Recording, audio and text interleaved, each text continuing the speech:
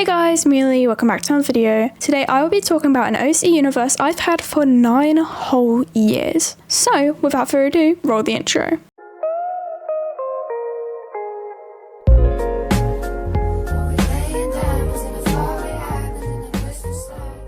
Where do I start? Well, let's start with how this massive world came to be. My cousin and I loved playing with imaginary friends, even when others grew out of it, my cousin being Dragon is 13. I fondly remember having 3 imaginary friends, Poppy, Olivia, and Daisy. Poppy was the older, slightly mean one, Olivia was the responsible, caring one, and Daisy was the young and crazy one. They stuck with me for a good while. I even made memes of them on the Wii U. Eventually, playing in these scenarios with imaginary people became me being a princess? Naturally, I wanted to be the most powerful in the land. I decided that I was the most powerful being in the universe. I had the ability to control galaxies.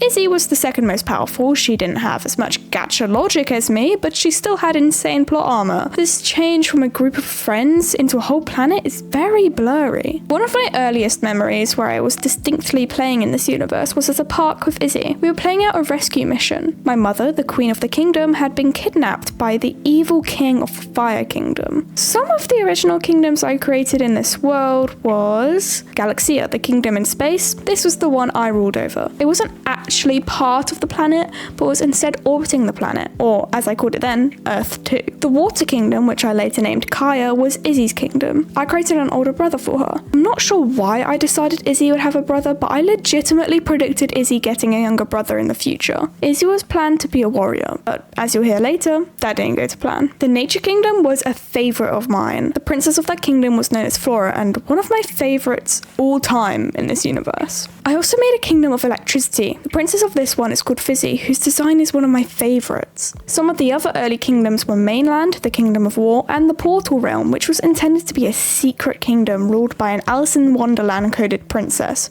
who was manipulating time and portals, you know, as you do. Obviously, we needed a villain. I made the Fire Kingdom as a standalone villain originally. However, later, I'd add an ally for them. To make things interesting, I made it so Izzy and I could be manipulated by the Fire Kingdom due to us being related to the king in some way or another. This changed over time. This made it so the fire was in our blood, and the smallest bit of contact can make the king take control of us, turning us evil temporarily. This was all great fun, and over time we played out more scenarios. A winter ball, a lunar festival, a great battle, etc. This entire time I intended to turn this into a series of books. Oh my goodness, the amount of times I've attempted the first book is diabolical. If I was to make an estimation, I'd say I've probably written about 8 to 10 drafts in my lifetime, all of which being during completely different periods of my life. In fact, I have a work in progress draft right now. As of writing the script, I believe Earth 2, or as it's called today, Earthiana,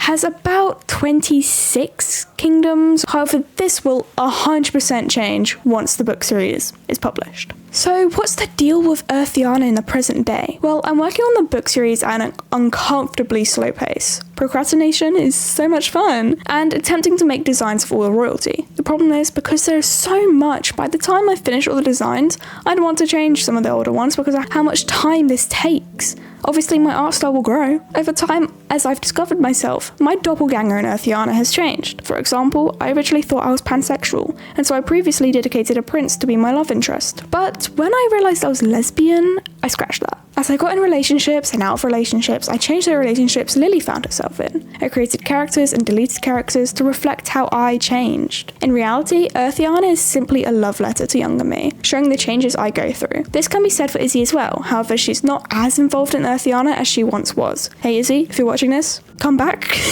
When Izzy became very hyperfixated on dragons, she decided to move on from the Water Kingdom. In the story, she realized she was a golden dragon, meaning she was dragon royalty. She became the Queen of Cloudsdale. No, not that Cloudsdale. However, I do think it was inspired by that Cloudsdale since they're both in the clouds. So much is happening at once in Earthiana, and I wholeheartedly believe that the book series will not be able to captivate that all properly. And I don't know what to do about it.